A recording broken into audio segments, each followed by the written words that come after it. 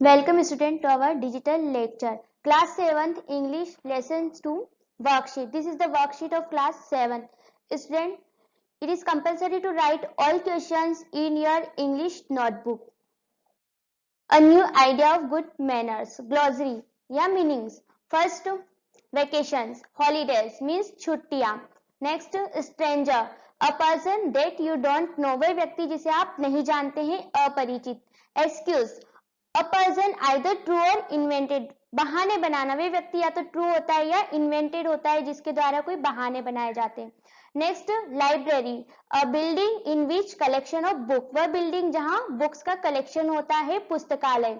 Next, dull, not interesting और exciting, वह जो इंटरेस्टिंग और एक्साइटिंग नहीं हो, अरुचिकर.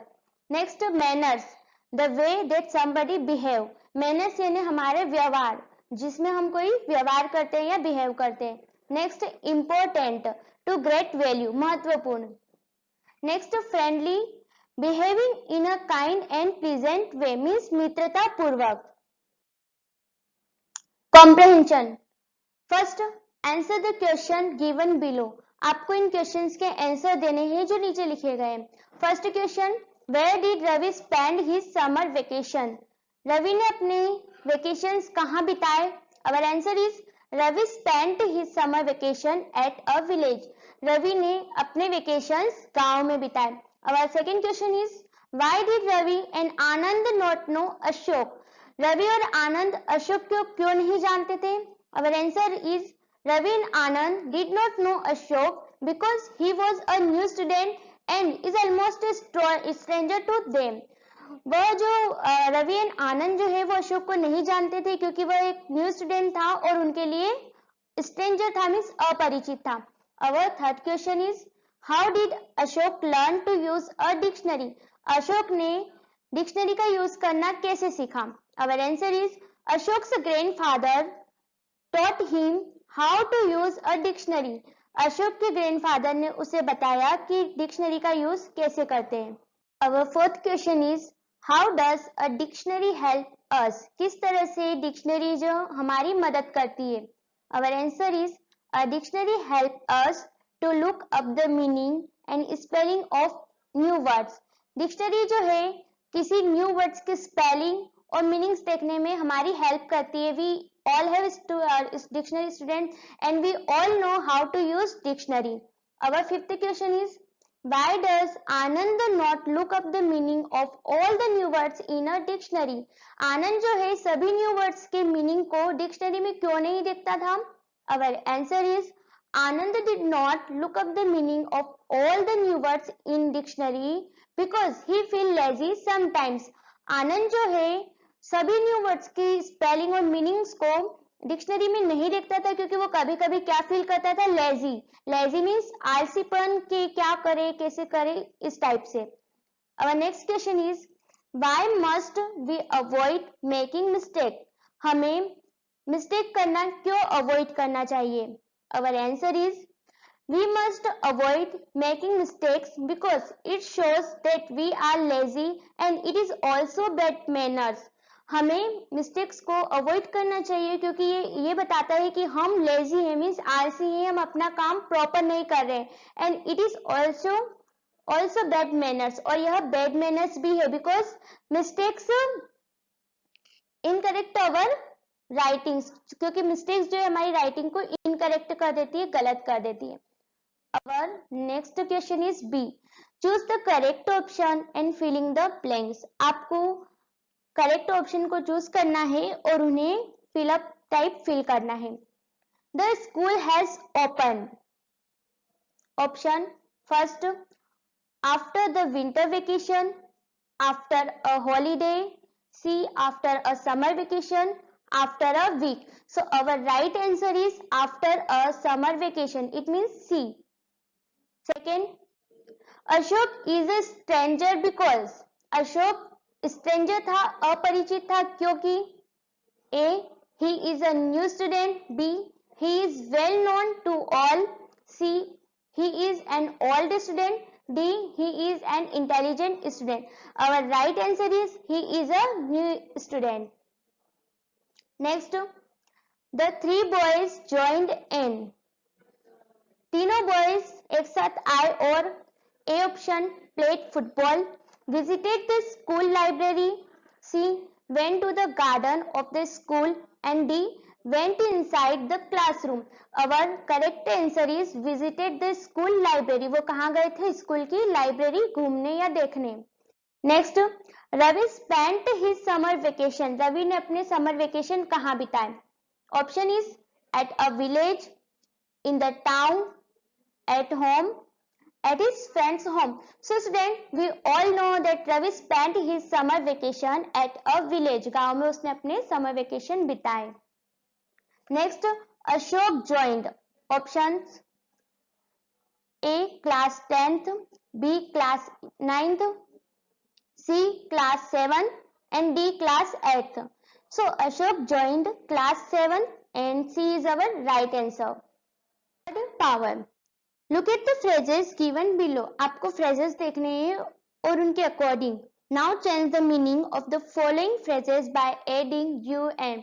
और उन phrases को आपको un लगाकर उनके meanings change करने हैं. But be careful of changing a to n. लेकिन कहाँ n use करना है और कहाँ a use करना है वो आपको देखना पड़ेगा. Means carefully आपको वो sentence change करने पड़ेंगे. So first, a pleasant journey, एक आनंददायक यात्रा. इसका होगा एन अनप्लीजेंट जर्नी.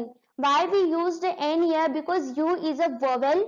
अ जो है हम इसका प्रोनाउंस कर रहे हैं और यू जो है एक वोवेल साउंड की तरह प्रोनाउंस हो रहा है, इसलिए हमने यहाँ एन का यूज किया है.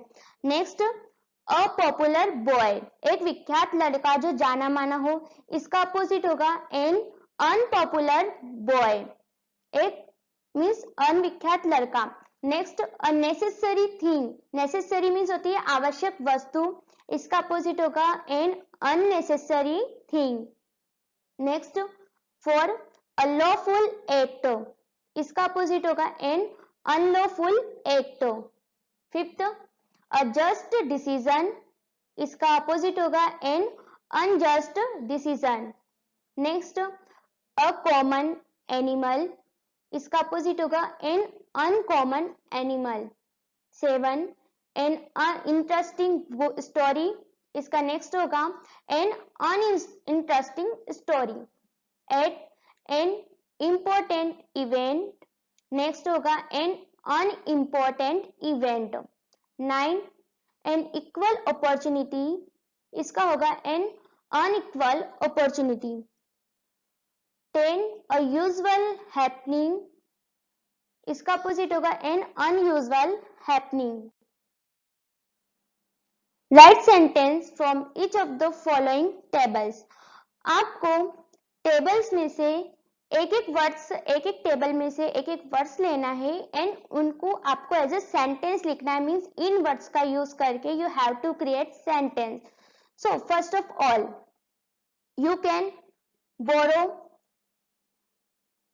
माई book if you want to. तुम मेरी बुक ले सकते हो यदि तुम चाहते हो तो. So student, here you can हमने लिया है, फिर नेक्स्ट मीनिंग बोरो लिया है, फिर my book if you want, wish, want to. ये हमने सारे बॉक्स में से मीन्स जितने भी बॉक्स है उसमें से एक एक वर्ड्स लेकर हमारा एक सेंटेंस क्रिएट किया है. और next is you can borrow my ruler if you want to. तुम मेरा रूलर ले सकते हो यदि तुम चाहते हो तो. Third is you can borrow my book if you wish to. Now first two sentence we created using by want. हमने वांट का यूज करके टू सेंटेंस क्रिएट करे हैं, but next we will use wish and create our sentence. तो our fourth is you can borrow my book if you wish to. तुम मेरी book ले सकते हो यदि तुम्हारी इच्छा हो तो. Here is the same meaning of want and wish. Fourth is you can have my book if you want to. Student, first three sentence जब हमने create करे तो borrow का use किया है. Now we will use have to create our sentence. Fourth is you can have my book if you want to. तुम मेरी books ले सकते हो यदि तुम चाहते हो तो. यहाँ have as a main verb use हुआ है. Fifth, You can have my ruler if you wish to. तुम मेरा रूलर ले सकते हो यदि तुम चाहते हो तो. Next, this is the equal to table first. ये टेबल फर्स्ट के ही इक्वल है. So let's see sentences. First, do not come with us if you want to. यदि तुम चाहते हो तो हमारे साथ मत आओ. Next, do not lend him your books if you do not want to. उसे अपनी बुक मत दो यदि तुम नहीं चाहते हो तो. Next, do not go to the cinema if you do not want to.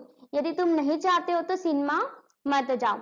Fourth, so here we made sentences using want. Now we will use wish and create our sentence. Fourth is, do not come with us if you do not wish to. यदि तुम्हारी इच्छा नहीं है तो हमारे साथ मत आओ. Fifth, do not lend him your book if you do not wish to. Next, do not go to the cinema if you do not wish to. Next table. Student, you have to create this table yourself. So do it yourself according to table first and second. आपको table first और second की तरह table third को भी create करना है. It's your homework. Thank you. Have a good day.